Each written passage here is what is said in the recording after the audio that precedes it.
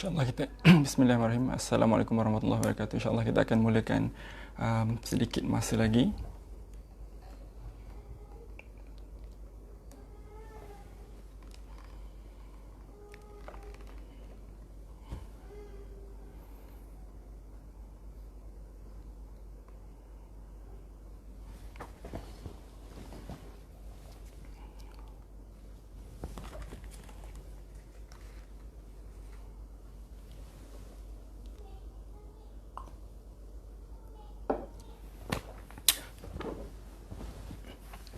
Assalamualaikum warahmatullahi wabarakatuh dan selamat sejahtera.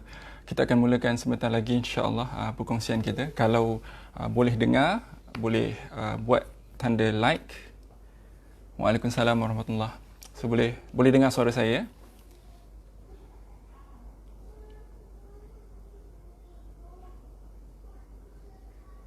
Boleh komen sikit kalau dengar.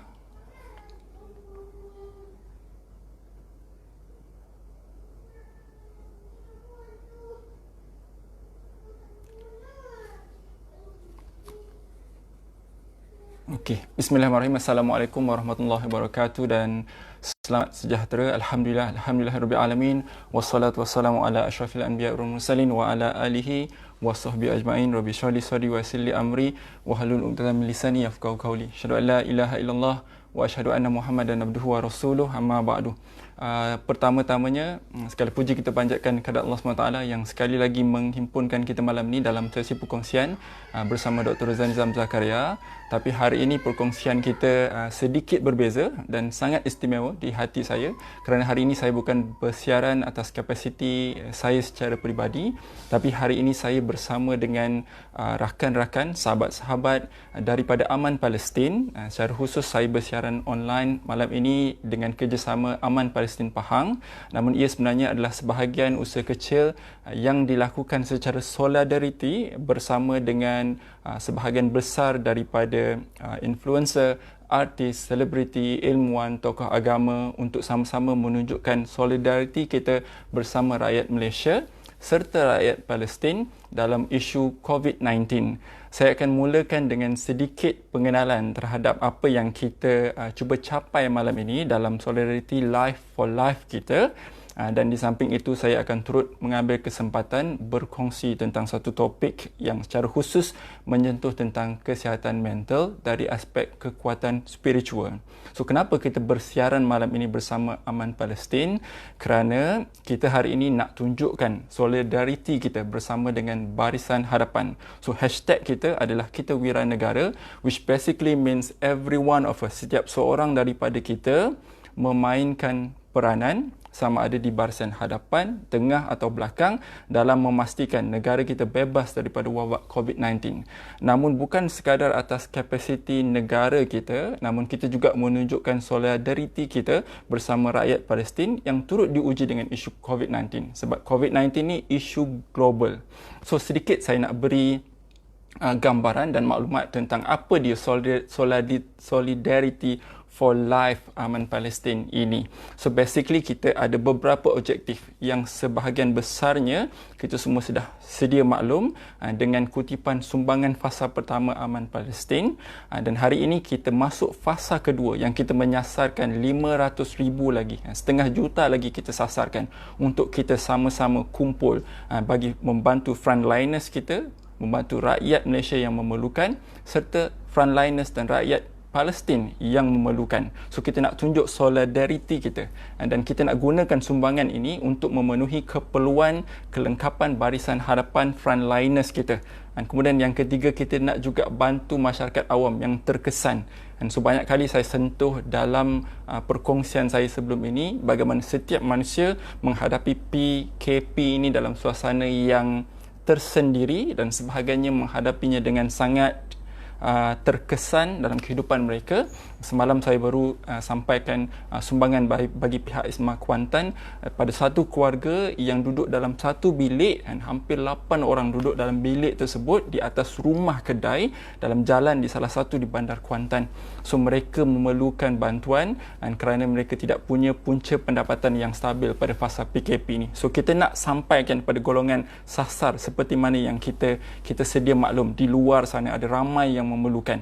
Selain tu, selain individu, kita harap semua orang berkongsi perkongsian malam ni, share, watch, letakkan hashtag Solidarity Life for Life dan share perkongsian ini, watch party dan sebagainya, sebab kita nak message ini sampai kepada semua orang yang mampu, at least sumbang RM5, RM10, RM50 atau apa sahaja nilai yang mereka mampu sumbang untuk aman Palestin supaya kita sama-sama boleh bantu. So kita nak daripada syarikat korporat, institusi perbankan, institusi keuangan, siapa sahaja yang boleh bantu, kita nak mereka bantukan. Sebab apa? Sebab Aman Palestin pada fasa pertama dah kumpulkan hampir 600,000 dan dah sampaikan kepada frontliners di Malaysia dalam bentuk hand sanitizer, face mask, face shields, glove dan sebagainya. So, siapa yang nak tahu lebih lanjut boleh tengok saya punya posting sebelum ni, ada link untuk menyumbang ke tabung kecemasan COVID-19 Aman Palestin, dan daripada situ kita boleh directly sumbang kepada mereka melalui link yang disediakan. So sumbang apa saja bentuk yang anda mampu sumbangkan, dan ini peranan kita. Alright, so kita nak kongsi malam ni tentang isu kekuatan spiritual dan kesihatan mental, tapi dalam masa yang sama kita nak ambil satu dua roh dan semangat rakyat Palestin untuk kita sama-sama memahami bahawa kita bersama dengan mereka. Saya nak start hari ini kita punya perbincangan kita dengan untuk kita mungkin dapatkan sedikit gambaran ataupun snapshot apa yang berlaku di Gaza. Mungkin kita hari-hari tahu apa perkembangan tentang COVID-19 di Malaysia, tapi kita mungkin terlepas pandang ataupun tak tahu apa sebenarnya yang berlaku di Gaza tu, apa yang berlaku di tebing barat. Adakah COVID-19 ni ada ke tak ada dekat sana? So jawapan dia sudah tentu ada. So sehingga ke hari ini confirm cases di Gaza sebanyak 300, confirm cases di Palestin adalah sebanyak 334, dan kematian 2 setakat ini, dan di Gaza secara khususnya ada 12 kes. So bila kita dengar figures ni, mungkin kita akan rasa macam alah sikit je nak banding dengan Malaysia, nak banding dengan Itali, Spain, US dan sebagainya. So jangan tengok pada numbers, tapi tengok kepada kemampuan bumi Palestin untuk menghadapi wabak COVID-19 ini sendiri. So saya baru ni dengar satu perkongsian di YouTube daripada Dr. Shadi Alham yang merupakan Director Baitul Ham Health Directorate. So dia sampaikan kepada kita apa yang berlaku di sana melalui perkongsiannya di YouTube, dan dia beritahu di sana keadaan serba kekurangan. So kalau kita boleh bayangkan perangkaan WHO, bagi setiap 100 kes ada 5 pesakit yang dijangka akan memerlukan ventilator. So daripada 100, mungkin kebanyakannya akan duduk dalam ward kuarantin biasa, tapi around 5% memerlukan intensive care. So adakah Palestin mampu menghadapi situasi ini? So dia kata setakat ini perangkaan yang ada di Gaza hanya maksimum 60 katil ICU sahaja yang ada. So boleh bayangkan once Palestin, once Gaza secara spesifik reach 1,000 cases of COVID-19, mereka tidak akan mampu menampung. Sebab tu United Nations sendiri memberitahu keadaan di Gaza secara spesifik adalah panic and worrying state, dia kata. Sebab apa? Sebab they are not equipped untuk menghadapi apa yang akan berlaku sekiranya COVID-19 melanda Gaza. So kita bangga dengan apa yang berlaku di negara kita. Alhamdulillah, kes semakin berkurangan, kita contain dengan baik COVID-19 ni, tapi jangan lupa saudara seagama kita di Palestin juga memerlukan bantuan. So itu sebahagian daripada apa yang Aman Palestin cuba untuk bantu. So kita perlukan PPE, glove, mask, hand sanitizer. So mereka juga perlukan di sana. So sumbangan yang anda akan berikan bersama Aman Palestin, insya-Allah akan sama-sama kita gunakan bersama untuk membantu rakyat Malaysia di membantu rakyat Palestin di bumi Palestin, insya-Allah. So saya akan highlight sekali lagi tentang Solidarity for Life dalam perkongsian kita malam ini. Kita masuk sedikit tentang tajuk untuk kita sama-sama ambil ibrah daripada apa yang berlaku, dan untuk kita sama-sama tadabbur, sama-sama reflect. So hari ini saya nak bawa sekali lagi isu kesihatan mental, sama seperti apa yang saya dah kongsikan sejak sekian lama dalam Facebook saya, Facebook Dr. Razan Nizam Zakaria. Tapi hari ini kita nak tengok secara khusus satu aspek, iaitu tentang isu kekuatan spiritual dan apa kaitan dia dengan kesihatan mental. So ini ibrah yang kita nak ambil, pengajaran yang kita nak ambil. Di samping malam ni kita nak bercerita tentang isu COVID-19 di bumi Palestin, dan kita juga nak sama-sama kutip sebanyak mungkin insya-Allah sumbangan daripada mereka yang ada di luar sana kepada Aman Palestin, supaya fasa 2 kita boleh kumpul insya-Allah 600,000 untuk banyak lagi yang kita nak sumbangkan kepada rakyat Malaysia. Now, antara benda yang saya rasa hikmah PKP adalah orang start bercakap tentang isu kesihatan mental. Before this, orang cakap here and there, bila ada kes bunuh diri, bila ada kes orang bunuh orang, bila ada kes orang mengamuk dan sebagainya, mungkin 1-2 hari surat khabar, berita akan highlight tentang isu kesihatan mental. Dia akan cakap, dia akan tanya, dia akan minta kita buat artikel, diminta kita bercakap tentang kesihatan mental. Lepas tu senyap, sepi, sampailah ada seorang lagi yang terbunuh. Then baru orang akan highlight cerita tentang kesihatan mental. Tapi the silver lining of PKP adalah bila datang COVID-19, ubah struktur kehidupan setiap satu manusia dalam dunia ni. Tak ada sesiapa yang terkecuali. Maka orang start rasa, oh, inilah kot yang selama ni orang cakap stres, inilah kot yang selama ni orang cakap tertekan, inilah kot yang orang rasa beremosi dan sebagainya. Maka dari situ orang start nampak, apa aku nak buat ni, nak bagi hilang stres. Dan daripada situ start orang bercakap tentang apa yang kita boleh buat untuk kita kekal sane, untuk kita kekal waras, untuk kita kekal mampu tampung stres yang kita ada. So itu yang kita nak kongsikan malam ini sebahagiannya. Saya dah bercakap banyak kali tentang isu kesihatan mental di TV Al-Hijrah, rancangan analisis di Astro hari kemarin, dalam aspek yang sama, iaitu antara key dia adalah kunci menghadapi PKP supaya kita tak stres adalah mengendalikan stres dengan baik. So saya recap sedikit supaya kita boleh refresh balik. So saya sebut PKP ubah dinamik kehidupan manusia, daripada budak sekolah sampai orang yang bekerja. So bila anything change the dynamic of anything, dia akan create tension. Kalau nampak air yang tenang dalam satu kolam, cuba baling batu. So kita panggil apa? Keladak-keladak yang bawah tu akan naik. So macam tu kehidupan manusia. Dia tenang, sekali diuji, dia akan start keluar semua ketegangan-ketegangan yang sebenarnya ada dekat bawah tu. So itu yang berlaku dalam kehidupan manusia pada fasa PKP. Kita tenang, tak ada apa masalah. Ujung bulan dapat gaji, hidup tenang, anak-anak pergi sekolah, kita lepak macam biasa. Tiba-tiba dinamik tu berubah. Everything changes. Tak boleh keluar kedai berdua, anak tak boleh pergi keluar, anak tak boleh main dengan anak orang depan rumah pun tak boleh. So everything changes. So keladak-keladak yang ada tu timbul, dan sebahagiannya akan start keluar dalam bentuk stres, dalam bentuk tekanan. Dan kita tak pelik, dan kita tak rasa benda ni asing. Dan sebab kalau kita tengok kajian, dan manusia ni dia hidup dalam spektrum. Apa maksud spektrum? Maksudnya apa pun nilai dalam kehidupan manusia ni, dia akan ada sebahagian dalam satu ekstrim, dan ada sebahagian ada duduk dalam ekstrim yang berbeza. So macam tu juga manusia. So sebahagian menghadapinya dengan tenang, seorang kata aku tak ada masalah. Memang dia tak ada masalah. Mungkin dia keperluan dia cukup, dia ada rumah yang selesa, anak-anak pun ada every single things untuk occupy themselves, untuk mereka mengisi kekosongan yang ada dalam PKP ini. Tapi di other extreme, ada orang yang tak berhadapan dengan situasi yang sedemikian. Di Facebook saya sangat banyak orang DM, PM, sharing dia punya problem. Yang mana saya, to be honest, saya tak mampu nak jawab satu persatu masalah yang dikongsikan. Dan cerita pasal tekanan, cerita pasal ada yang dah sampai nak bunuh diri, ada yang sampai nak mencederakan diri. Dan contohnya duduk dalam keadaan keluarga yang tak memahami, duduk dalam keadaan suami yang mendera, duduk dalam keadaan tiada pendapatan, duduk dalam keadaan anak yang tak sihat, dan ada ibu yang ada anak autism, anak makin buat perangai, dia jadi stres, anak jadi lagi stres, dia stres, semua orang stres, anak yang lain demand macam ni, anak yang ni demand macam ni. So every single person affected in some ways. Ada orang fikir benda yang akan datang, once this habis apa nak jadi, raya nak makan apa, nanti kerja bos kata 6 bulan tak ada gaji. So every single things happen in every single direction, menyebabkan manusia start rasa tertekan.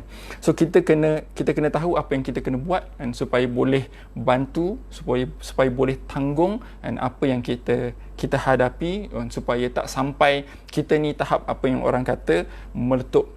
And so dalam istilah psikologi kita panggil, kita exhausted all resources yang kita ada, kita burn out, dan sampai satu tahap yang kita dapat masalah-masalah mental yang lebih serius. So macam mana kita nak buat supaya untuk kita tak bawa diri kita ke arah itu?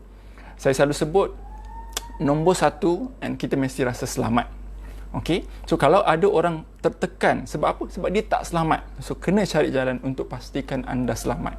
Apa contoh tak selamat? Yang kalau anda duduk dalam orang yang mendera dan sebagainya, so take action untuk bantu diri anda. Sebab ini benda yang paling basic. Yang kedua, anda mesti rasa secure and supported. Dan dari segi sosial, mesti ada orang yang bantu anda, mesti ada orang yang beri perhatian, mesti ada orang yang ambil tahu, mesti ada orang yang boleh berhubung dengan anda untuk dapat untuk pastikan anda tidak menanggung semua ini dalam keadaan bersendirian. So ini basic yang perlu ada. Nombor 3, anda kena make peace with your body. Ini saya selalu sebut make peace with your body. Maksudnya apa? P-E-A-C-E. P, physical health, look after, jaga kesihatan diri. Kalau badan sakit, emosi terganggu. That's normal formulation. E, eat healthy food, and jaga kesihatan badan kita dengan makan, jaga pemakanan kita. Soon, hari ni Rabu, lusa kita akan start puasa. So that's another step dalam kehidupan kita. So pastikan walaupun bulan Ramadan, kita punya pemakanan terjaga dengan baik. A, make sure kita ada adequate sleep, and tidur mesti cukup. And kalau kita rasa hari tu cranky, rasa moody, semak balik, and mungkin this aspect has been forgotten, and kita lupa tentang hak badan kita. And C, cut down habits yang buat kita jadi lebih stress.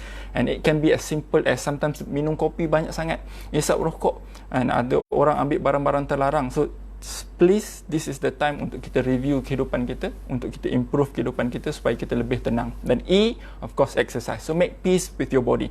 Dan semalam hari Isnin saya kongsi tentang 5R untuk kita control stress kita. So saya go through laju-laju hari ni, sebab one of the R ni kita nak highlight malam ni. Alright, R yang pertama is make sure you have regular routine. And tadi kita dah cerita rutin harian kita. And so yang menjadi masalah, certain orang bila datang PKP ni, hidup dia jadi haywire. Dia bangun suka hati dia nak bangun pukul apa, dia tidur suka hati dia nak pukul apa, dia makan suka hati dia buat apa. Semua ni nampak macam tak ada masalah, tapi all of this akan affect kita punya circadian rhythm dalam otak kita, yang menyebabkan kita akan lebih tertekan. Okay, so make sure you have regular routine. Dan unik dan cantiknya orang Islam adalah Allah menyediakan rutin pada kita.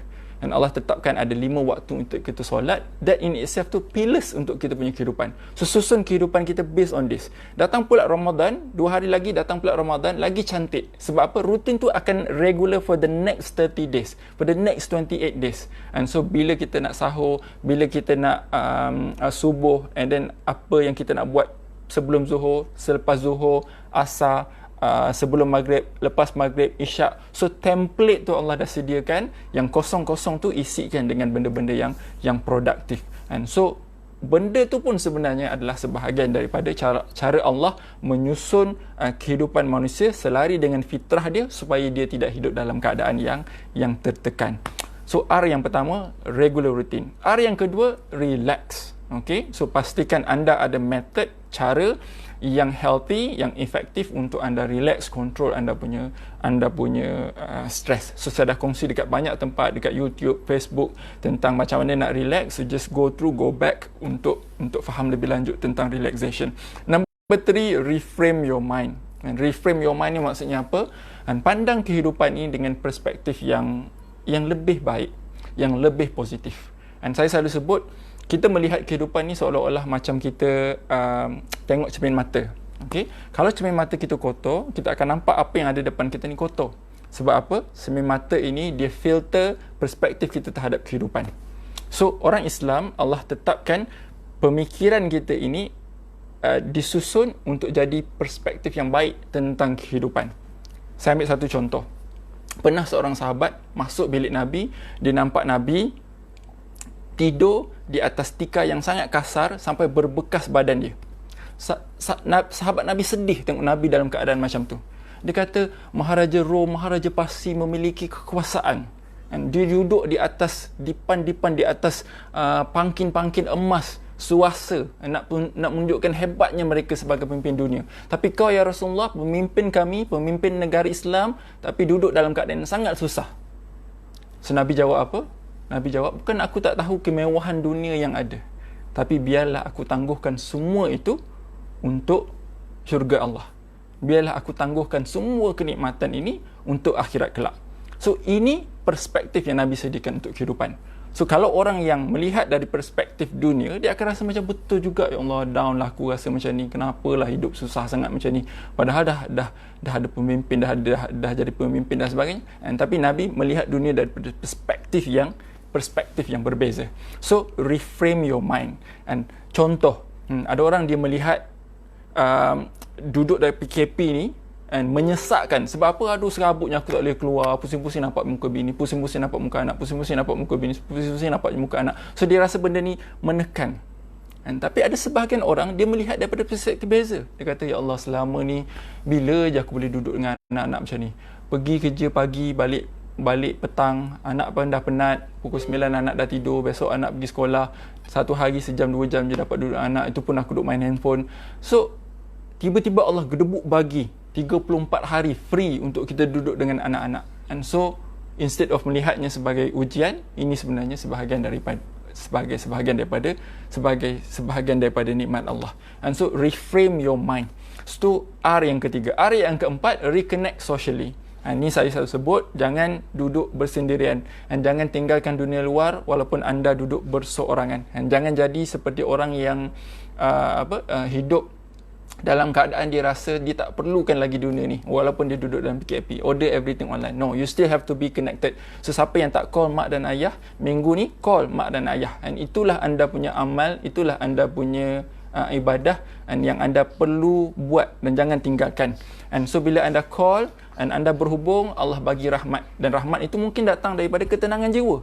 Rahmat itu mungkin datang dari kelapangan fikiran. Rahmat itu mungkin datang dalam bentuk rezeki, kita tak tahu, tiba-tiba orang masuk akaun kita 500, mana kita tahu. Alright, so 4, reconnect socially. Dan akhir sekali, nombor 5, respite spiritually. And so maksudnya apa? And dapatkan ketenangan, and dapatkan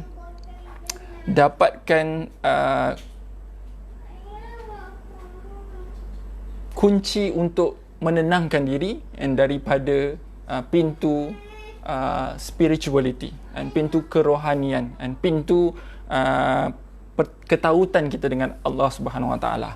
So daripada 5R tadi tu, kita akan highlight 1R, iaitu respite spiritually. So macam mana kita nak get respite spiritually daripada, macam mana, how do we get respite spiritually untuk kita punya mental health. So itu yang kita akan kongsikan malam ini.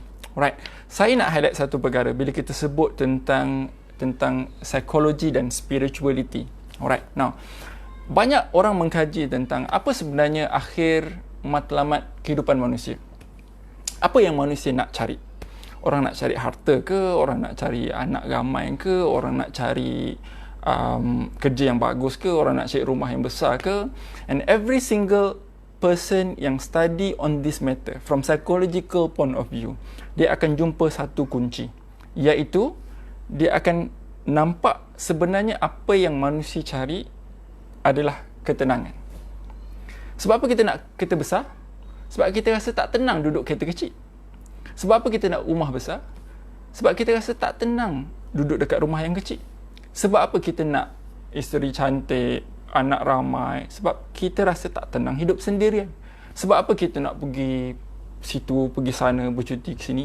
Akhirnya kita nak cari sebenarnya dalam hidup ni ketenangan. Okay? Dan sebab tu Allah sebut dalam surah Al-Ma'arij, dia kata innal insana khuliqa halu'an.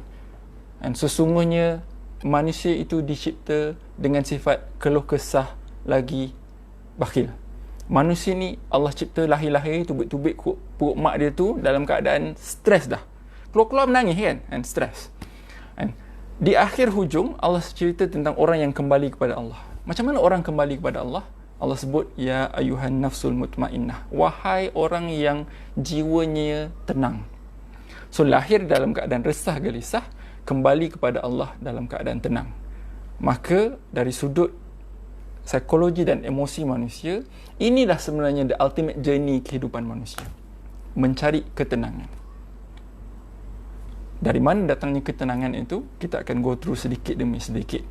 Jadi, bila kita memahami tentang psikologi manusia, kita akan jumpa satu titik pertemuan. Sama ada kita melihatnya dari barat atau kita melihatnya dari timur, kita akan nampak satu direction yang sama, iaitu manusia hidup untuk cari ketenangan. Dan manusia bereksperimen untuk mencari ketenangan ini. And cuma hebatnya orang Islam ni adalah dia tidak perlu berjalan jauh. Sebab Allah telah menyediakan sangat banyak shortcut. Dan apa shortcut yang saya maksudkan? Shortcut yang saya maksudkan adalah jalan-jalan pintas untuk Allah didik kita tentang bagaimana untuk kita mencapai ketenangan tersebut. Okey. Ibn Hazm seorang ulama Andalusia. Dan dia meninggal tahun 456 Hijrah. Dan seorang ilmuwan Islam yang wafat tahun 456 Hijrah. Dan dia kata diberi satu fakta ataupun satu hikmah untuk kita sama-sama faham. Dan dia kata bila dia mengkaji setiap manusia, dan dia kata dan akhirnya kita akan menemui satu common struggle manusia ini, iaitu mereka ingin mencari ketenangan. Dan itulah yang hilang. Dan itulah yang banyak orang hari ini gagal untuk jumpa. Dan kalau di dunia ini kita lihat, antara benda yang selalu kita highlight adalah bagaimana kes berkaitan dengan kesihatan mental, penyakit mental, masalah mental. Semakin hari semakin meningkat. Dan semakin hari semakin meningkat. Contohnya kajian di antara tahun 88 sehingga 2008, 20 tahun, membandingkan kadar depression, menunjukkan meningkat sangat drastik di kalangan mereka yang menghadapi depression. In fact, di Amerika dia kaji tentang penggunaan antidepresan dan ubat untuk membantu mereka yang mengalami kemurungan meningkat 400% dalam tempoh 20 tahun. Menunjukkan ramainya orang struggle termasuk dalam kategori apa yang kita panggil sebagai penyakit mental yang serius seperti kemurungan. Dan kalau mereka kaji kadar bunuh diri and rate of suicide, dan sebelum ni saya ada kongsi setiap tahun mati akibat suicide, setiap saat 40 orang akan mati akibat suicide. Dan mereka lihat dalam tempoh 20 tahun ini rate of suicide meningkat 3 kali ganda. Dan 3 kali ganda di kalangan mereka yang berumur 15 hingga 24 tahun. Di kalangan mereka yang umur pertengahan 30 tahun, 40 tahun meningkat 40%. Dan rate ini secara konsisten lebih tinggi di negara-negara yang maju. Dan negara-negara barat dan kadar bunuh diri berlaku dengan lebih tinggi. And so daripada situ mereka start mengkaji dan apa agak-agaknya sebab Amerika, US, Australia, Europe lebih tinggi mereka yang mati akibat bunuh diri berbanding mereka yang tidak berada daripada negara yang maju ini. So dia start dengan satu hipotesis. Hipotesis mereka adalah maybe kerana mereka tidak gembira, because they're not happy. So they start to think that happiness equate to less mental health problem, therefore less suicide. So ini hipotesis yang mereka ada. So mereka pun buat kajian, and 140,000 subjek melibatkan 132 negara, and kajian pada tahun 2013. Dan mereka simpulkan rupanya hipotesis mereka salah. Rupanya betul negara barat mempunyai index of happiness yang tinggi. They are mostly happy. Tapi that still does not explain why, kenapa mereka still ada suicide rate yang tinggi. So akhirnya mereka lihat daripada sudut yang berbeza, dan akhirnya mereka menemui satu jawapan. Jawapannya apa? Jawapannya adalah kerana mereka dapati kadar bunuh diri berkadar sonsang dengan meaning of life dan purpose of life. Maksudnya apa? Maksudnya lebih ramai orang memahami mengapa mereka duduk hidup atas muka bumi Allah ini, lebih kurang orang yang terjebak dalam gejala bunuh diri. Maksudnya apa? The ultimate goal kehidupan manusia, untuk kita rasa content, untuk kita rasa satisfied in life, bukan happiness semata-mata, bukan kegembiraan semata-mata, tapi meaning of life. Sebab itu kita silap bila kita menganggap ada rumah besar, ada banyak harta, kerja pangkat tinggi dan sebagainya akan content, akan mengurangkan risiko kita untuk dapat masalah mental. Sebenarnya tidak. Sebabnya tidak. Dan sebab apa yang berlaku ialah mereka dapati apa yang lebih penting adalah kita menemui tujuan kita hidup atas muka bumi ini. So bila orang kaji spiritual, kekuatan spiritual dan kesihatan mental, inilah titik pertemuannya. Okay? Apa titik pertemuannya? Adalah core kepada spirituality, core kepada kekuatan spiritual kita adalah kemampuan kita untuk memahami apa sebab aku duduk atas muka bumi Allah ini, apa hakikat kemanusiaan kita, apa hakikat kehidupan kita ini. And so bila kita dapat jawapan tu, insya-Allah banyak perkara yang akan settle. Alright. So dalam Islam, and ada disebut dalam banyak tempat konsep mental health issues. And saya tak bercakap tentang penyakit mental. Saya bercakap tentang isu kesihatan mental. Penyakit mental dia datang dalam bentuk yang spesifik, memerlukan rawatan yang spesifik. Apa yang kita nak kongsikan hari ini adalah kesihatan mental secara umum. Nak pastikan kita tidak stres, kita hidup dalam keadaan mampu berfungsi. And ada satu doa Nabi ajar, Allahumma inni a'udzubika minal hammi wal hazan. And ya Allah, aku mohon berlindung daripadamu, daripada al-hammi yang bermaksud kerisauan, yang kita translate loosely dalam bahasa mudah kita anxiety, keresahan, dan al-hazan. And al-hazan ni maksudnya rasa sedih yang kita boleh kaitkan dengan apa yang hari ini kita sebut sebagai depressed feeling. And bukan clinical depression, tapi perasaan sedih. And so Allah mengangkat dua topik ini dalam kehidupan manusia sebab mengetahui manusia itu ada risiko untuk dapat dua keadaan ni. Bila dia fikir benda lepas, dia rasa down. Dia fikir benda akan datang, dia akan rasa anxious. So inilah di antara dua aspek yang menyebabkan manusia ada kalanya duduk dalam keadaan resah gelisah yang Allah sebut dalam surah Al-Ma'arij.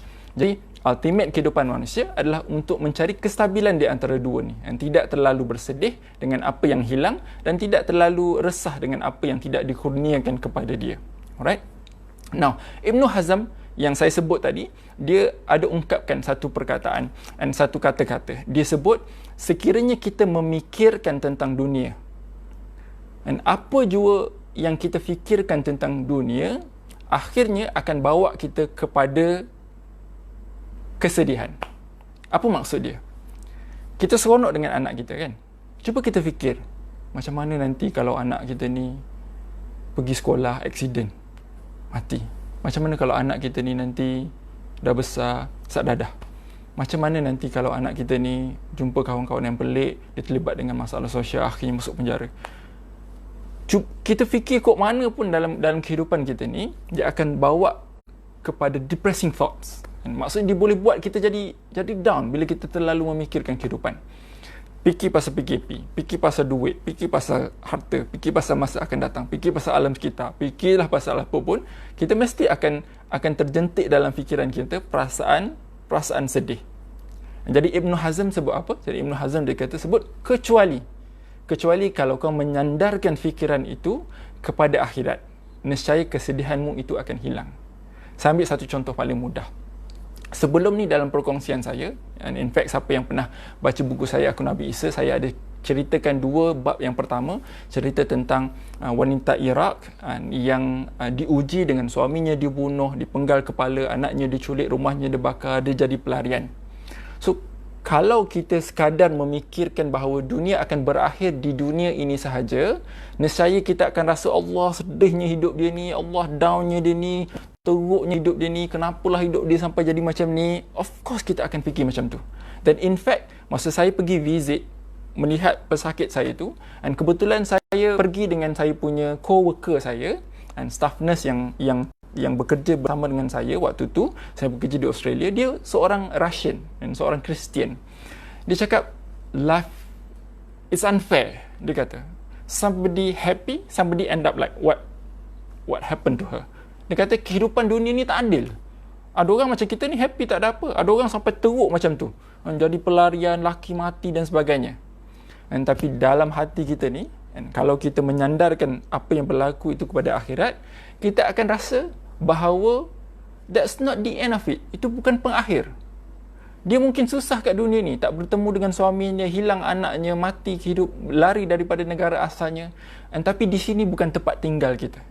Dan dunia ini bukan tempat tinggal, dunia ini tempat meninggal. Kan itu orang kata, orang selalu sebut.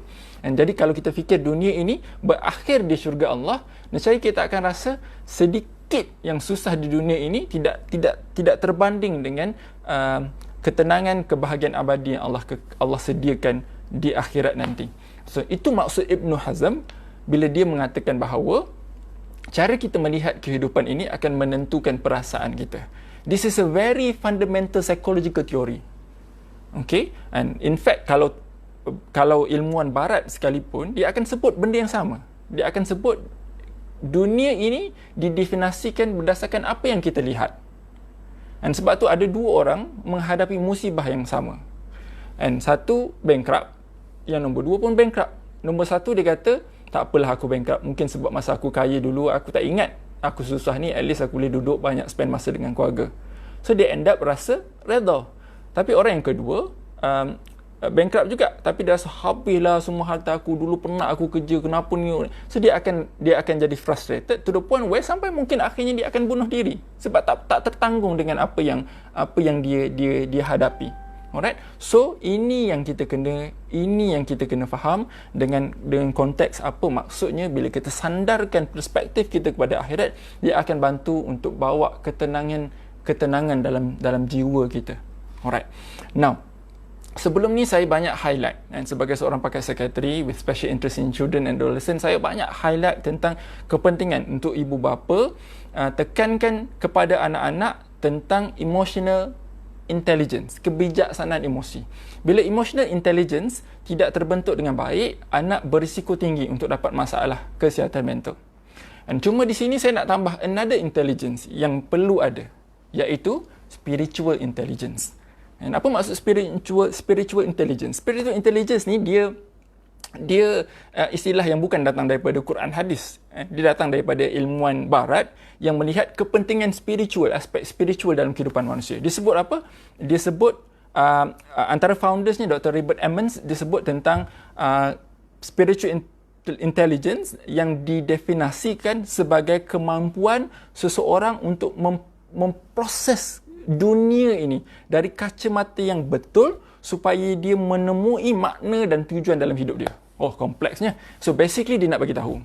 Dia kata orang yang ada high spiritual intelligence adalah orang yang mampu proses apa yang berlaku di sekelilingnya, dan daripada apa yang berlaku tu dia datangkan suatu makna. Bunyi macam kompleks, tapi saya nak cerita dia dalam bahasa yang sangat mudah. Saya selalu cerita tentang kisah ini.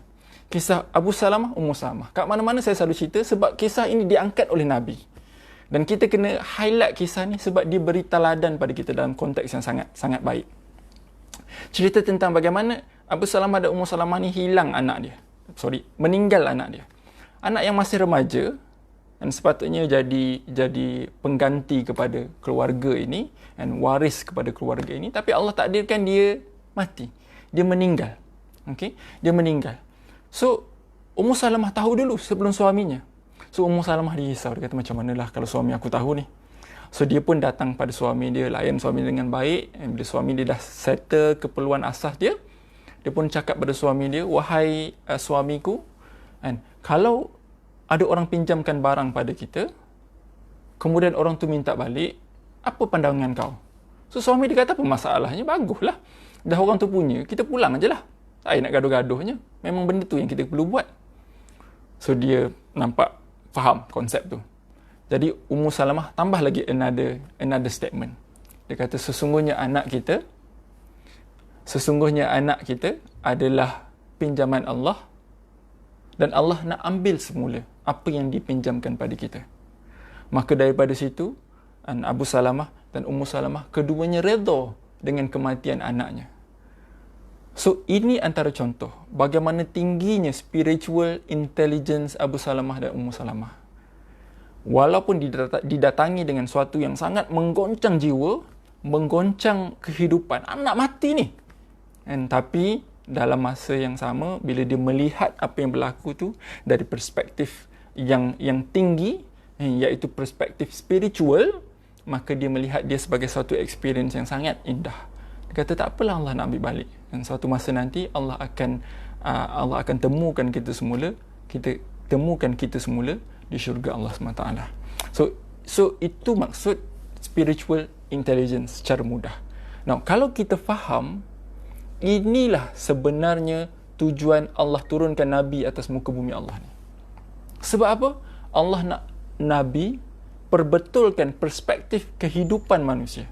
Allah turunkan Nabi 13 tahun di Mekah untuk apa? Untuk apa? Untuk perbetulkan akidah manusia. Dari melihat dunia ini segala-galanya tentang keseronokan kepada melihat dunia ini sebagai ladang akhirat. Daripada melihat segala-galanya milik kita kepada melihat segala-galanya milik Allah. Daripada melihat kematian itu pengakhir segala cerita kepada melihat kematian itu permulaan kepada kisah baru dalam kehidupan manusia. So Nabi nak bawa the spiritual intelligence ni kepada kita. Kerana apa? Kerana studies have consistently shows that mereka yang ada high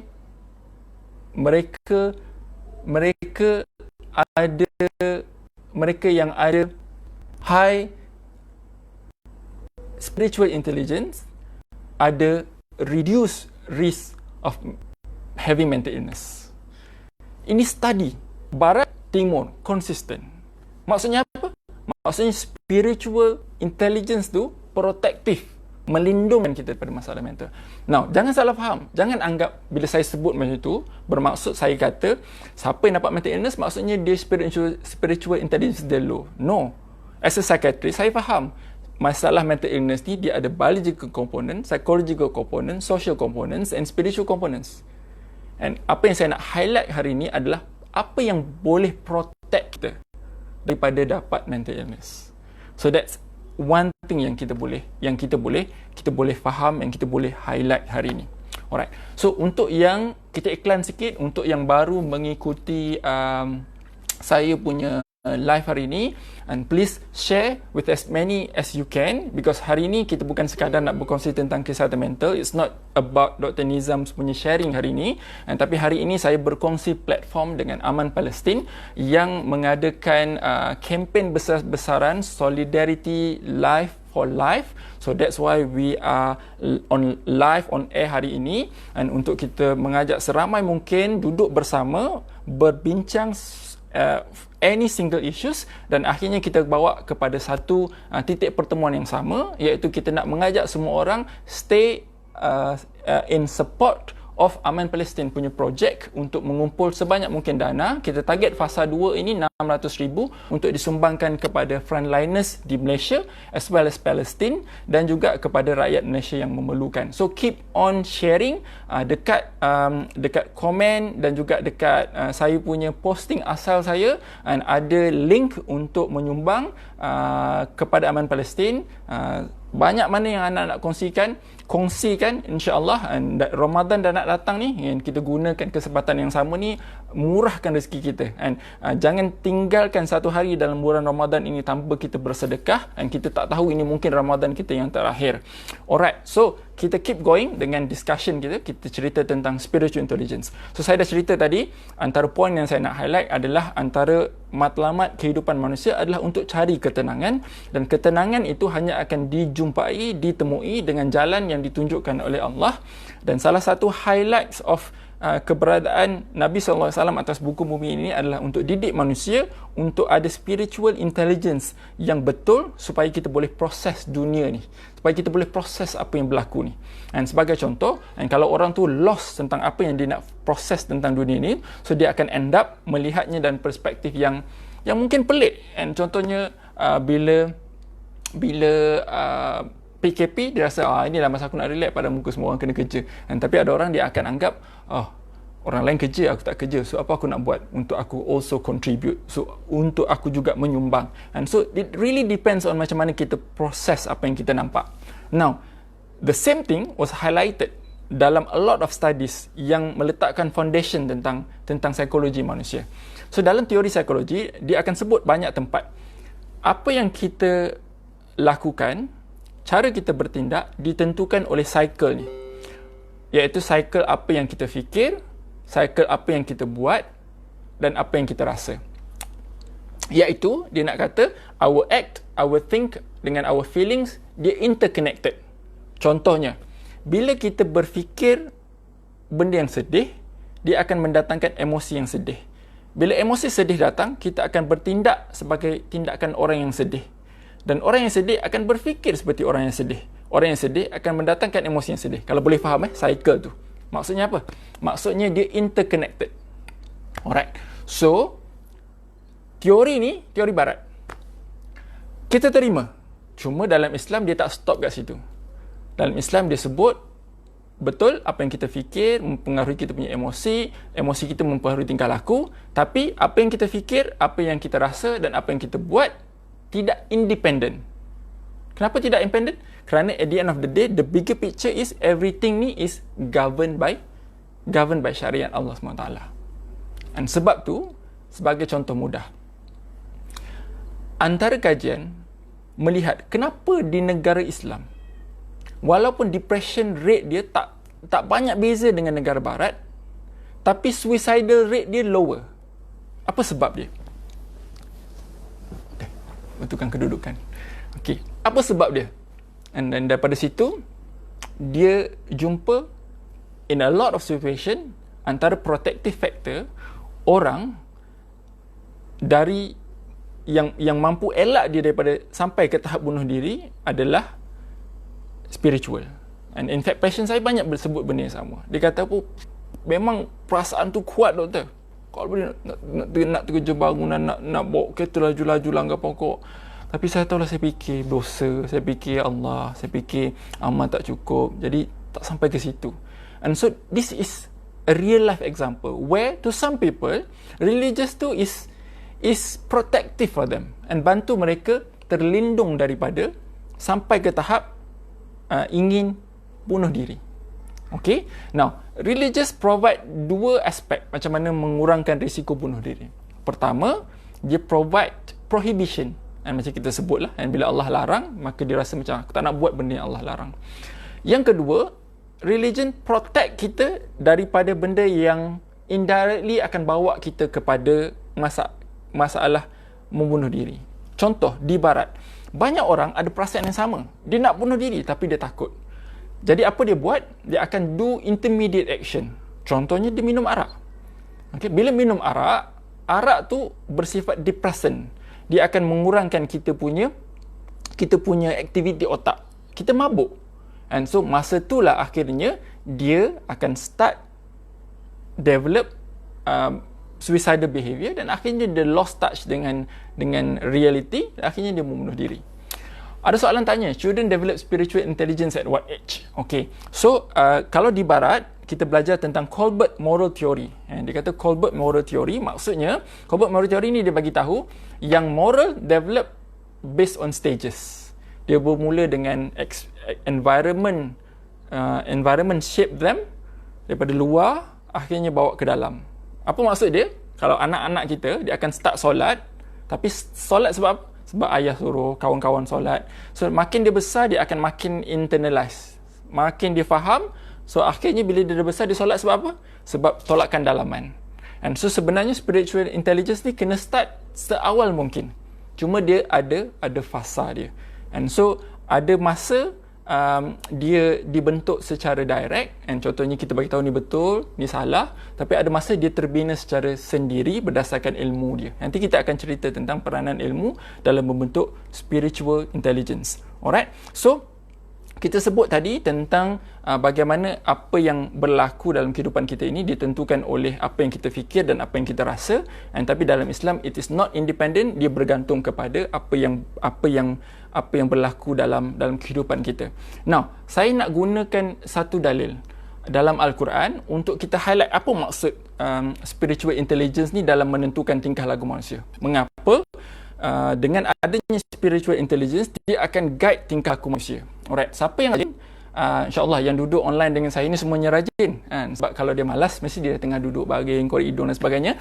So, buka Al-Quran, okay, buka Al-Quran, surah Al-Kahfi, ayat 32. So, surah Al-Kahfi, surah ke-18, kalau muka surat, standard Al-Quran 297. Ayat 32. So, kita akan tadabbur ayat 32 sehingga ayat roughly dalam lebih kurang 46. Betul. Ayat 32 hingga ayat 46. So, balik ni baca tadabbur satu-satu ayat ni. Cuma saya nak kongsi secara ringkas tentang apa yang Allah kongsikan dalam rentetan ayat-ayat dalam surah Al-Kahfi ni untuk relate balik dengan teori spiritual intelligence yang saya sebut tadi. Dalam ayat 32 sehingga ayat 46, Allah ceritakan tentang dua pemuda dan kebun anggur serta kebun tamarnya. Okey, Allah sebut dalam ayat 32, dan berikanlah kepada mereka satu perumpamaan tentang dua orang lelaki yang mana kami jadikan bagi salah seorang dari antara keduanya dua buah kebun anggur yang kami kelilingi kedua-dua kebun itu dengan pohon-pohon kurma, dan di antara kedua kebun itu kami buatkan ladang. So dia cerita tentang dua lelaki, satu kafir, satu lagi mukmin. Seorang beriman, seorang tidak beriman. Okey, seorang beriman, seorang tidak beriman. Dan orang yang tidak beriman ini Allah takdirkan dikurniakan ladang yang sangat subur. Bayangkan ada anggur, di kelilingnya ada ladang tamar, dan di antara keduanya ada kebun-kebun. So sangat subur. Kalau di tanah Arab tu mungkin kita boleh bayang macam oasis. Okey, macam satu oasis. Okey, daripada itu dia cerita tentang perbualan di antara dua lelaki ini. Lelaki yang tidak beriman ini melihat kebun itu dari satu perspektif. Okey, apa perspektif dia? Dan dia sebut contohnya dalam ayat 35. Dia kata, so ayat 34 dia kata bila dia masuk kebun, dia kata, hartaku lebih banyak daripada harta kau, dan aku lebih berpengaruh daripada kau. Dia dah start menyombong lah. Dia beritahu, apa benda kau ada? Aku ada kebun tu, kebun ni. Dia kata kehebatan dia. Dan dia sebut, dia kata, dan bila dia masuk kebun, dia kata ma azunnu an tabida hadhihi abada. Dia kata apa? Dia kata aku kira kebun ni takkan binasa selama-lamanya. Dia kata, hai, hebat betul aku ni. Kebun ni punyalah advance macam ni, penuh harta sebagainya, takkan habis sampai bila-bila. Dan dia kata, aku tidak mengira hari kiamat akan datang. Dan kalau kiamat sekalipun lah, dia kata, nescaya aku ni akan kembali kepada Tuhan yang kau percaya tu dalam keadaan lebih baik daripada kau. Nak kata punya sombongnya dia dengan melihat. Dan kawan dia ni, dia kata kepada orang yang tidak beriman ni, dia kata, kenapa kamu kafir kepada Tuhan yang menciptakan kamu daripada tanah kemudian daripada setitis air mani, lalu dia menjadikan kamu seorang lelaki yang cukup sempurna, kaya macam mana yang seada hari ini. Dan dalam ayat ke-39 Allah iman tu berkata, dia kata, kenapa kamu tak cakap bila kamu masuk kebun ni, Masya Allah, la quwata illa billah, dan sesungguhnya atas kehendak Allah semua benda ni aku dapat. Dan tak ada kekuatan, la haula wala quwata illa billah, dan tak ada la quwata, tidak ada kekuatan melainkan dengan pertolongan Allah. And so lelaki ni melihat apa yang ada tu perspektif yang berbeza. Orang yang tidak beriman tadi dia kata macam hebatnya aku, semua benda ni aku punya. Tapi orang yang beriman ni dia kata, kenapa kamu tak kata semua benda Allah punya? Kalau Allah tak bagi, aku tak ada apa-apa. Dia dua ni melihat dari perspektif yang berbeza. Okay? And sampai satu tahap dia kata Allah musnahkan kebun dia tu. Dan balik ni boleh go through ayat ni satu-satu. Allah musnahkan kebun. Dan akhirnya lelaki yang tidak beriman itu merasa menyesal antara apa yang dia lakukan. So ayat ni nak bagi kita gambaran dan bahawa kita ini macam dua lelaki ini. Kita didatangi dengan kehidupan, tapi cara kita melihat kehidupan itu akan berbeza berdasarkan perspektif mana yang kita guna. Perspektif lelaki ini atau perspektif lelaki ini. Dan perspektif lelaki yang tidak beriman ini akan meletakkan dia dalam posisi yang sangat mungkin untuk rasa tertekan. Sebab apa? Sebab dia rasa ini semua dia punya. Bayangkan kita simpan harta gitu sebanyak-banyak mungkin, dan dalam hati kita ni terjentik perasaan semua ni berlaku sebab aku kuat kerja. Orang lain takkan dapat sebanyak mana yang aku dapat sebab tak kerja kuat macam aku. Tu yang kipah-kipah duit dan sebagainya. Ditakdirkan Allah, rumah terbakar, hilang semuanya. So orang yang fikir macam ni memang dia akan devastated, orang putih kata. Dan maksudnya apa? Dia akan sampai tahap habislah. There's no point untuk aku hidup lagi. Segala benda yang aku dah cari dalam dunia ni habis macam tu sahaja. Dan maka kalau orang yang beriman, dia akan melihat dari perspektif yang berbeza. Dia akan rasa macam kalau Allah tak bagi, tak ada, kita dapat semua ni.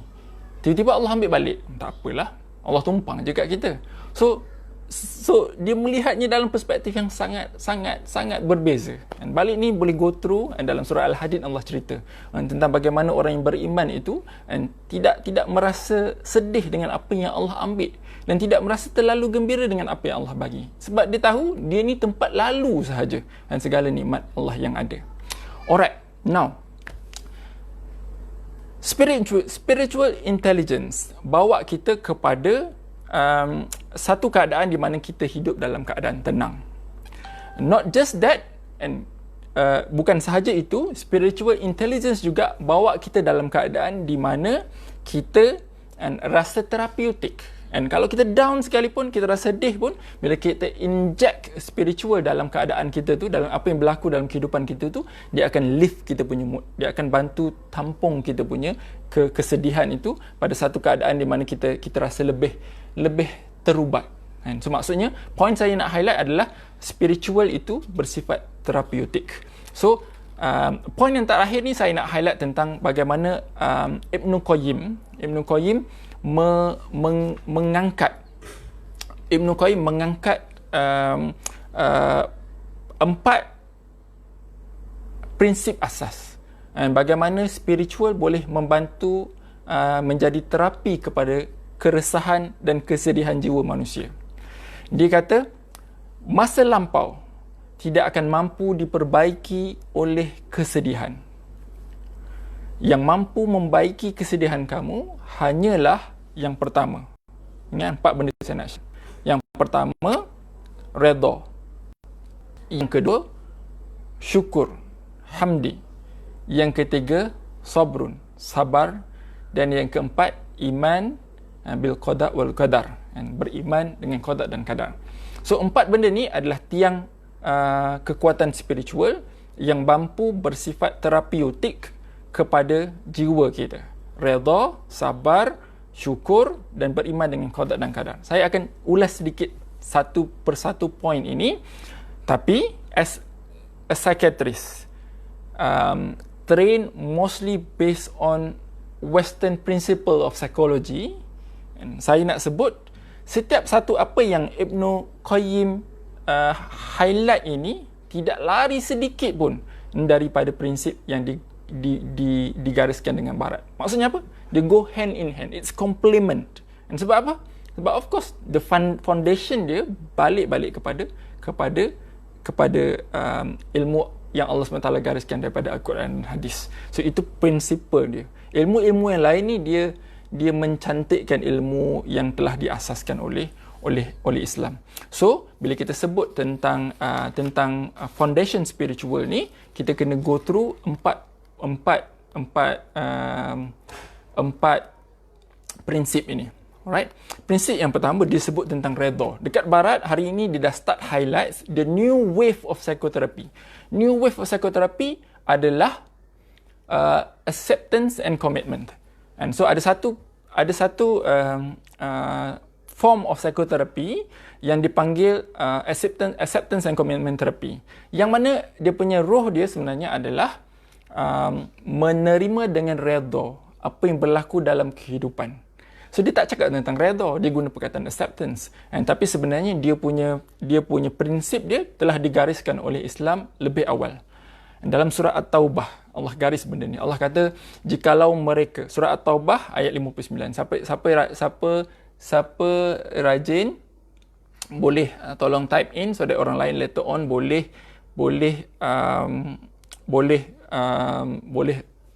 review. Okey.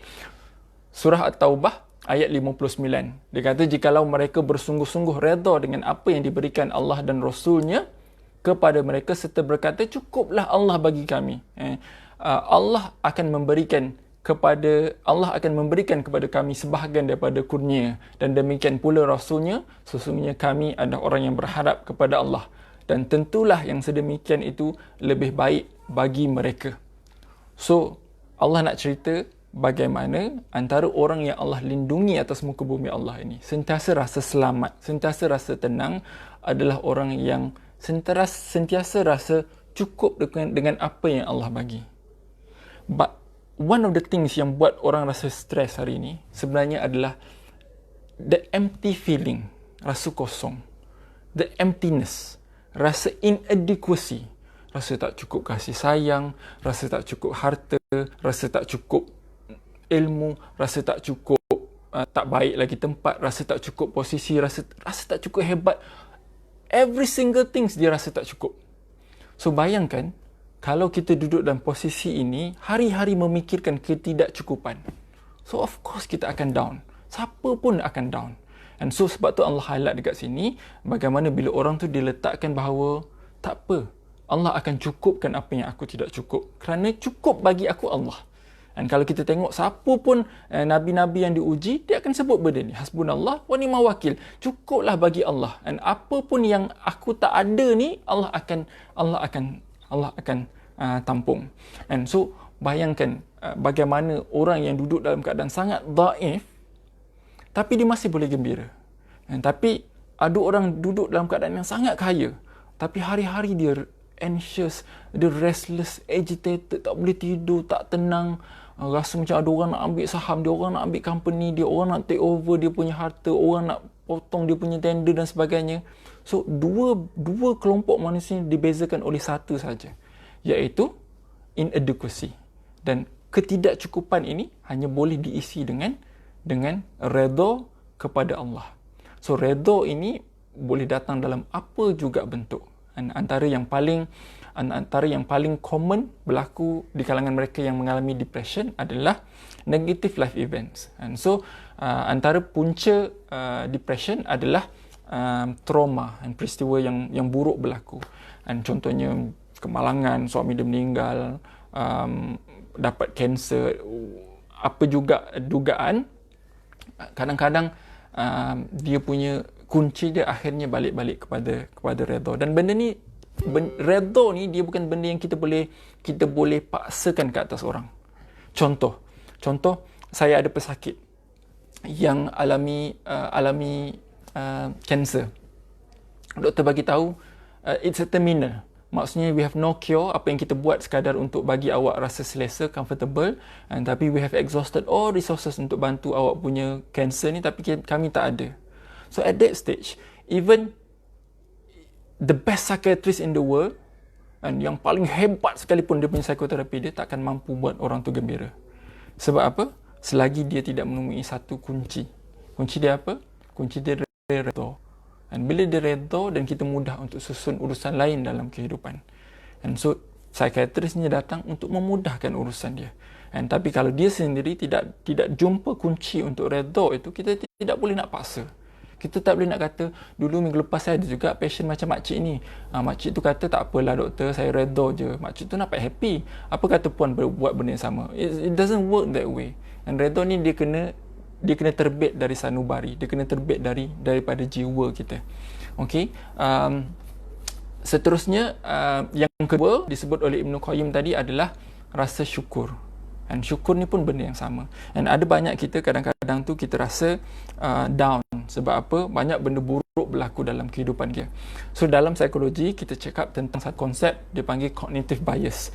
Bila kita stress, bila kita down, bila kita depressed, kita punya fikiran tend untuk cenderung kepada benda-benda yang negatif. Kita cenderung untuk melihat sisi negatif apa yang berlaku. Contoh, bila kita kena marah dengan bos contohnya, kita terus rasa macam kenapalah aku je kena, kenapalah orang lain tak kena, kenapalah orang tak hargai. Okey, sebenarnya dalam Islam dia ada satu konsep di mana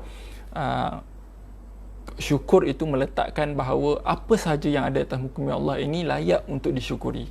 And so jangan hanya sekadar melihat daripada sisi negatif. And so sometimes in cognitive therapy, kita ajar patient untuk highlights. Yes, you have something bad happen to you, but can you think of anything else yang may be positive from there? Yang kita panggil alternative thinking style. And maksudnya, dia lihat aspek yang negatif, kita ajak dia berfikir sisi lain. Contoh, yelah bos marah, tapi at least aku still ada kerja. At least hujung bulan still dapat gaji. So, bila kita ada suntikan kesyukuran, yang sedikit sekalipun, dia akan menggantikan emosi negatif yang terbit. Dan sebab teori dia mudah. Dan dua emosi yang bertentangan tidak boleh duduk dalam satu tempat yang sama. Yang kuat akan menggantikan yang lemah. So bila kita sedih dan kita happy, and so yang mana yang kuat akan menang. And so bila kita sedih, down, tapi kita bersyukur pada Allah. So syukur pada Allah ni benda yang sangat besar. Allah sebut reward dia sangat besar, dan dia akan menggantikan kesedihan yang ada tu.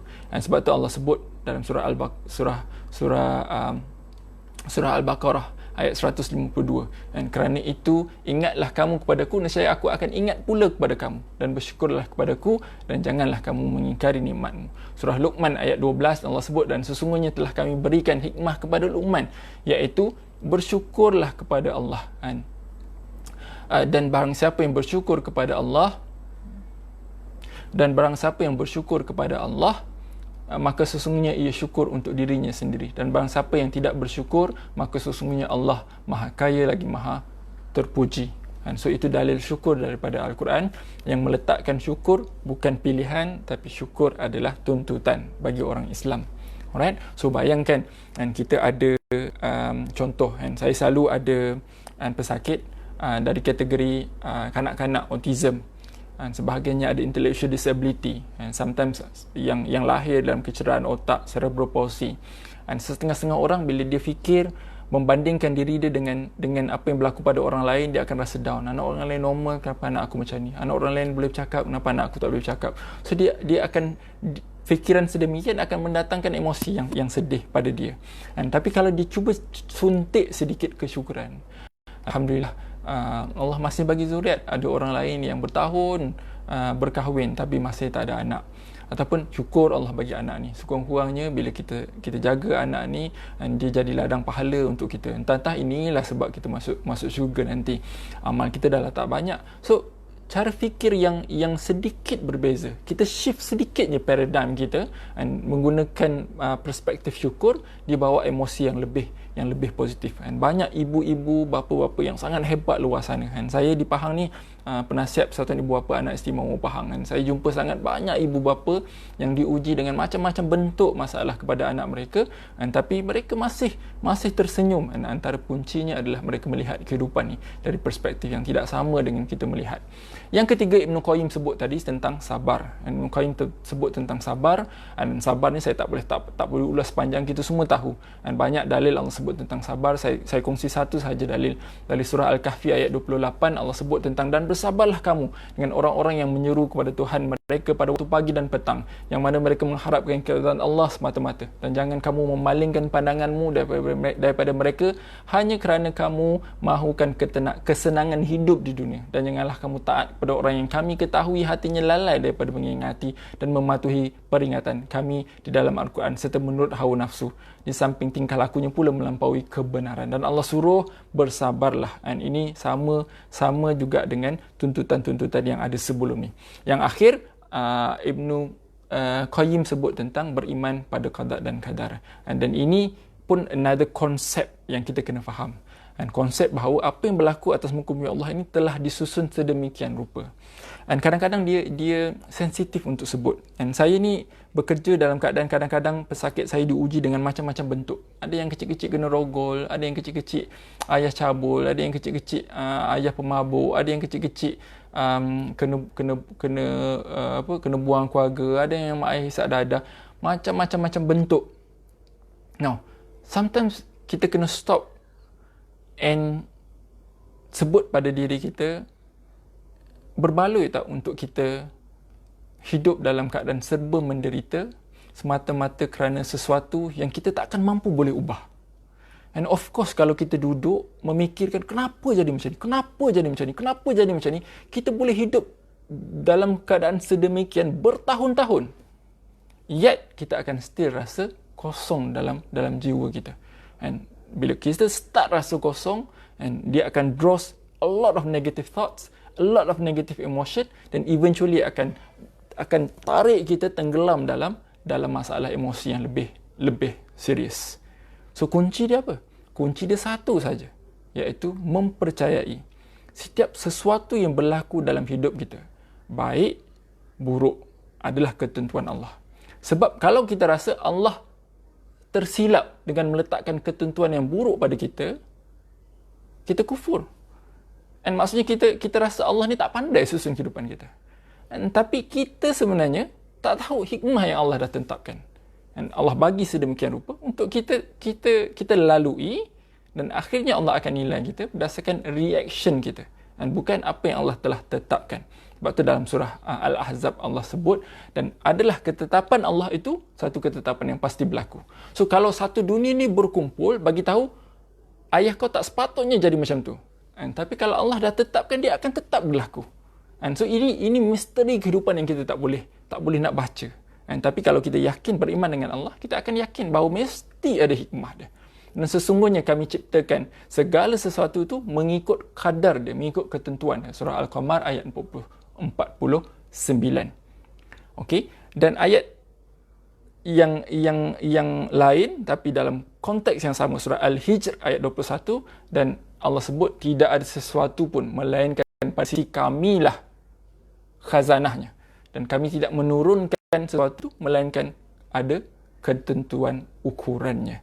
Dan dalam satu hadis riwayat Muslim, Allah sebut, dalam satu hadis Nabi SAW sebut, apabila ditimpa sesuatu musibah ke atas kamu, maka janganlah kamu berkata, kalaulah tadi aku buat macam tu, kalaulah aku jadi buat macam tu, dah tentu tidak akan jadi sedemikian-demikian. Namun katakanlah, Allah mentakdirkan yang demikian, dan apa yang dikhendakinya, Masya Allah, apa yang Allah tetapkan, dan dia akan tentukan sedemikian. Maknanya Allah, apa yang Allah dah decide, dia akan jadi macam tu. Dan ucapan kalau itu tidak lain hanya membuka pintu syaitan. Hadis riwayat Muslim. So bila kita faham empat tuntutan ini, redha, syukur, sabar, beriman dengan qada dan qadar, kita akan faham mengapa Ibn Qayyim sebut empat perkara ini akan menjadi terapi kepada jiwa manusia. Dan akhir sekali sebagai penutup, and of course saya nak highlight tentang peranan ibadah. Okay, dan banyak pesakit saya at some point bila dia depressed, dia diuji dengan masalah personality disorder, bipolar, skizofrenia, dia rasa down dengan apa yang berlaku. Dan sampai satu tahap, ada sebahagian yang terperangkap dengan pemikiran yang membawa mereka putus asa dengan agama. Dia kata, saya semayang dah doktor, tapi tak jadi apa pun. Saya dah berdoa siang malam dah, tapi penyakit saya ini tak hilang-hilang. And so, saya nak sebut bahawa ibadah ini dalam ruang lingkup seorang pesakit psikiatri bukan sekadar terapi yang datang macam ubat Panadol. Sakit kepala, makan 2 biji, hilang. Rasa down, solat 2 rakaat, hilang. Dia tak bersifat sedemikian. Sebab kalau dia bersifat sedemikian, nescaya orang akan menganggap bahawa solat itu adalah jawapan mudah kepada apa yang berlaku, sehingga dia lupa apa sebenarnya hikmah ataupun tasawur di sebalik ibadah itu sendiri. Dan kerana apa? Kerana kita tak nak orang beribadah kerana nak mengubati kemurungan dia.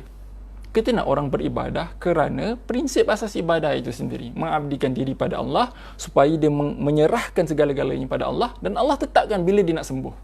So kena percaya macam tu. And so Allah sebut kena ikut tabi'i dia. So tabi'i penyakit, sebahagiannya kena makan ubat. Itu pun sebahagian daripada ibadah. Ada pun demikian, solat kita, mengaji kita, zikir kita tu masih ada ruang, tapi ruang dia dengan kadar yang kita kena faham. Bagi saya, ibadah ni pada pesakit psikiatri ada 2 peranan penting. Peranan yang pertama, dia provide attachment. Okay, apa maksud attachment?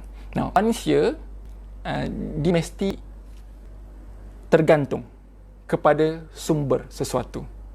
Ada banyak kajian menyebut antara protective factor untuk manusia itu sihat secara mental adalah, untuk dia resilient kepada masalah mental, adalah dia ada connectedness, dia terhubung. Kalau dia sorang-sorang tu, kula-kula sorang-sorang, dia very vulnerable. Dia almost, analogi dia macam kalau rusa tu berjalan seekor, tak ada pendamping dia cepat mati punya lah. Esok lusa habis lah, rimau, singa semua akan makan dia. Tapi bila dia terkelompok dalam satu kelompok yang ramai, yang melindungi dia insya-Allah akan lebih selamat. So ibadah berperanan nombor 1, provide attachment. Dalam psikologi barat, John Bowlby sebut antara fundamental human requirement, 3 tahun pertama mesti ada attachment. Kalau attachment ni tidak terbentuk dengan baik, dia akan sukar untuk hidup dengan sempurna bila dia dah besar. So barat highlight tentang attachment. Cuma dalam Islam, attachment kita ni tidak terhad kepada mak dan ayah. There is a superior attachment, iaitu attachment kita kepada Allah Subhanahu Wa Taala. So number 1, attachment. Number 2, ibadah juga berperanan in a way untuk bagi kita ketenangan. Tadi saya ada kongsi tentang kajian tentang bagaimana orang yang khusyuk dalam solat, dia akan bantu otak tengah dia yang beremosi untuk tenang. Siapa rajin boleh tengok YouTube saya cerita tentang why relaxation is important and how mindfulness akan help untuk kita tenang. Saya ada juga sentuh tentang bagaimana solat juga sebenarnya is a form of mindful therapy, yang bagi kita ketenangan. So kita dah bersiaran hampir sejam 20 minit. Saya nak simpulkan di situ sahaja perkongsian kita hari ini. Banyak poin-poin yang kita telah diskusikan bersama, dan ada sebahagian yang bertanya soalan. Mungkin saya boleh tengok sikit-sikit apa yang ada sebelum saya simpulkan. Cuma jangan lupa, anda hari ini bersiaran bersama saya, Dr. Rozan Nizam Zakaria, bersama dengan Aman for Life kita, dalam konteks kita nak berkongsi Sebelum ada kongsi, salah satu tips Allah bagi tahu dalam surah Al-Ma'arij, cara untuk tenangkan diri adalah dengan mewakafkan harta kepada Allah. Ini tips Allah nak bagi. Kalau nak hilang stres, kena tolong orang lain. In ahsantum ahsantum li anfusikum. Apa yang kamu buat baik kepada orang lain tu akan dapat kebaikan pada diri kita sendiri. So therefore, ada one of the ways untuk kita bantu ketenangan jiwa kita adalah untuk untuk kita sama-sama menginfakkan sebahagian harta kita, dan Aman Palestin adalah antara medium yang terbaik untuk kita sama-sama infakkan harta kita, wakafkan harta kita. And yang of course for this particular round, secara spesifik Aman Palestin kumpul 600,000 pada fasa kedua ni untuk kita sumbangkan kepada frontliners, PPE, face masks, hand sanitizer, dan juga keperluan-keperluan asas kepada mereka yang memerlukan, both di Malaysia as well as di bumi Allah Palestin. So sebagai kesimpulan, hari ini saya highlight beberapa perkara. Pertama, tentang kepentingan mencari ketenangan dalam hidup sebagai antara ultimate goal kehidupan manusia. Kedua, bagaimana Islam menyediakan jalan untuk kita menemui ketenangan tersebut. Dan seterusnya kita highlight tentang bagaimana perspektif kehidupan akan menentukan kita punya emosi, cara fikir dan tingkah laku. Dan perspektif kehidupan yang terbaik adalah perspektif kehidupan yang diikat oleh spiritual intelligence. Dan spiritual intelligence yang hakiki adalah bila kita mampu memproses apa yang berlaku dalam kehidupan kita berdasarkan neraca Allah Subhanahu Wa Taala. Alright, so daripada situ kita cerita tentang 4 teori spiritual intelligence yang disyorkan oleh Ibnu Qayyim, iaitu yang pertama redha, yang kedua sabar, ketiga syukur, keempat percaya dengan qada dan qadar. So bila 4 elemen ini kita suntik dalam kehidupan kita, insya-Allah kita akan sama-sama boleh perkuatkan kita punya kekuatan mental kita dan akhirnya bantu kita untuk menghadapi kehidupan. Now, saya secara konsisten sebelum ni highlight, walaupun saya sebut tentang spiritual strength sebagai protective factors, tapi jangan sekali-kali kita dengan mudah mengatakan mereka yang ada masalah mental tu bermakna mereka tidak cukup iman atau tidak cukup spiritual strength. Okay? Dan kerana setiap orang ada faktor yang berbeza mengapa mereka mendapat masalah berkait dengan kesihatan mental. And so kita kena empathy dengan semua orang yang ada masalah mental, cuba memahami mereka, help them. Tapi dalam masa yang sama, kita sebagai manusia, sebagai seorang mukmin, berusaha untuk memperbaiki kehidupan kita dan dengan memperkuatkan kita punya spiritual strength kita. So terima kasih banyak-banyak kepada semua yang bersama saya pada malam ini. Terima kasih banyak-banyak kepada mereka yang sama-sama menyumbang dan berderma dengan Aman Palestin sepanjang kita punya perkongsian malam ni. So harapnya semua yang mendengar, ada 50 influencer, selebriti, artis, ilmuwan, intelek yang berkongsi malam ni, dapat sama-sama create satu solidarity bersama rakyat Malaysia untuk kita menyumbang kepada mereka yang memerlukan. So Ramadan dah makin dekat, dan kita jadikan Ramadan yang akan datang ni sebagai titik permulaan untuk kita kuatkan kita punya spiritual intelligence kita, spiritual strength kita. Semudah-mudahan Allah SWT permudahkan semua urusan kita dalam PKP ini. Salam penuh tawaduk, redha kita kepada dan keadaan penuh kita menghadapi apa yang berlaku ni dalam keadaan penuh redha, sabar, syukur dan percaya bahawa ada ketentuan Allah yang lebih baik.